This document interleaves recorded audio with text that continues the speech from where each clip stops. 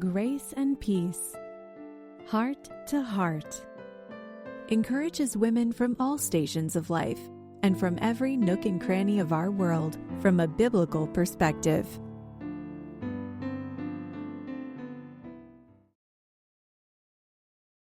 Today, a royal wake-up call will conclude the third reading that we have in the chapter entitled Contentment.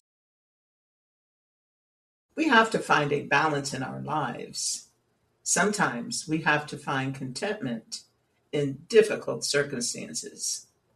And sometimes we have to be careful that our comfortable surroundings don't keep us from getting up, moving forward, and fulfilling God's plan for us. When we reflect upon Esther's time of preparation, it was for the most part a lovely experience.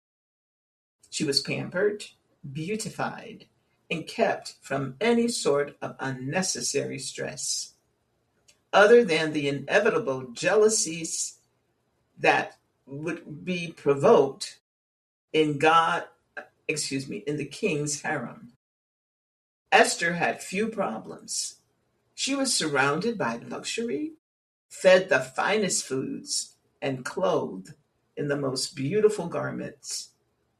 She lacked nothing and had little to fear. Then she heard the news about Mordecai. For some reason, he was fasting, was ripping his clothes, was acting like a desperate man. When she inquired about his behavior, she was told about Haman's terrible plot against the Jewish people. And Mordecai had a specific message for Esther. Do not think in your heart that you will escape in the king's palace any more than all the other Jews. Don't kid yourself, Esther, is what Mordecai was saying. You may be living in the lap of luxury today, but once this edict to kill all the Jews is acted upon, your heritage will be found out. You will be murdered along with the rest of us. Little by little, Esther must have forgotten that she was in a unique situation. Days of preferential treatment had caused her to put out of her mind the miracle that she had ever found her way into the palace to begin with. She had grown used to the idea that she was the king's favorite. She was a rising star. Maybe she'd even imagined that she had done it all on her own. But now, a cold tide of reality swept away the last traces of her fantasy. Her sense of complacency was shattered. She could no longer remain in a place of blissful delight. Mordecai wouldn't let her. Her heart wouldn't let her. And God had a better idea. What do you do when there is no way out of a situation? You have plotted and planned, and still you're stuck. Like the decision some make to stay home with their children. What keeps you there? Even when the walls are closing in. Sometimes it is only commitment and nothing else. We simply decide to be content with the commitment we have made and let the chips fall where they may. Contentment involves sacrifice. Esther had to take a risk, and that risk might well have cost her her life. No matter what our commitment may be, sometimes we feel that way. Esther learned, and so must we, that God will never lead us where he will not keep us. Danger and difficulty simply produce in us a better perspective of his power and his peace. Let's learn to trust God's heart when we can't see his hand. The prophet Habakkuk said, in the midst of his struggle, Yet I will rejoice in the Lord. I will joy in the God of my salvation. The Lord God is my strength. He will make my feet like deer's feet, and he will make me walk on high hills. Deer's feet may be rough and calloused, but they can step with sure-footedness without slipping. Habakkuk's faith and confidence in the Lord helped him to endure a barren season.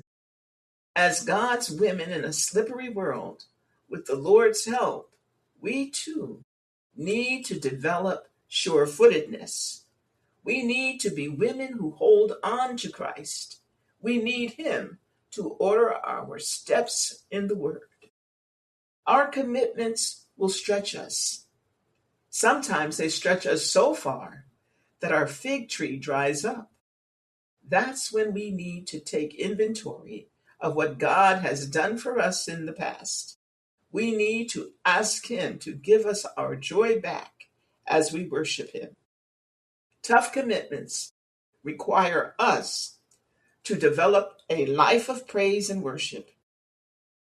When praise becomes a habit, it is our lifeline. It is like a cable. We weave a thread of it each day, and soon it becomes so strong we cannot break it. Oliver Wendell Holmes wrote, I find the great thing in this world is not so much where we stand as in what direction we are moving.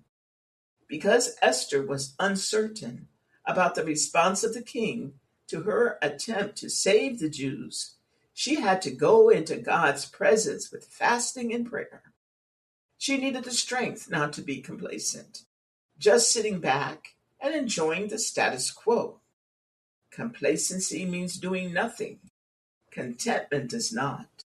Contentment means that when you have done all that is within your power, you trust God with everything else.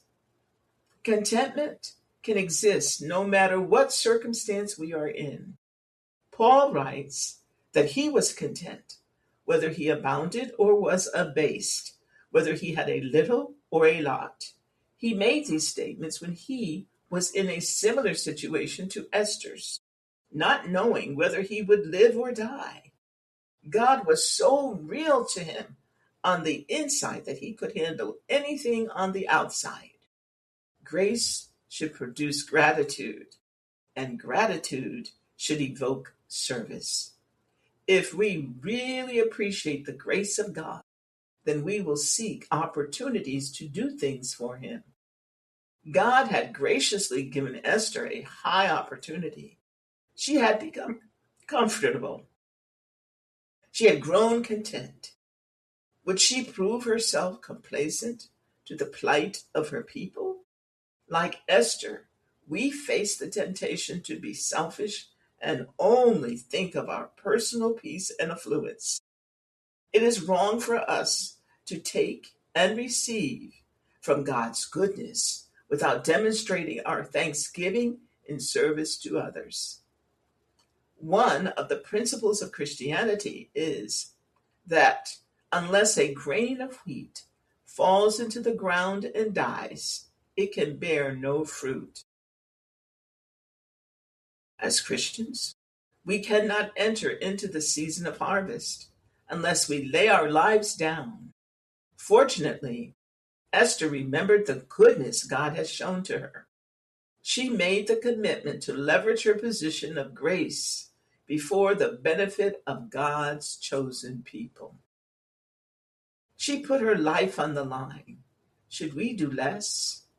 Therefore, we also, since we are surrounded by so great a cloud of witnesses, let us lay aside every weight and the sin which so easily ensnares us, and let us run with endurance the race that is set before us, looking unto Jesus, the author and finisher of our faith, who, for the joy that was set before him, endured the cross, despising the shame, and has sat down on the right hand of the throne of God. And as we stop here, I'd like to leave you with a question, or uh, not so much a question, but I'd like to ask you to ponder what will be helpful to you to avoid complacency in your life. And, and I will be doing the same for my life. Thank you. And I'll see you next time.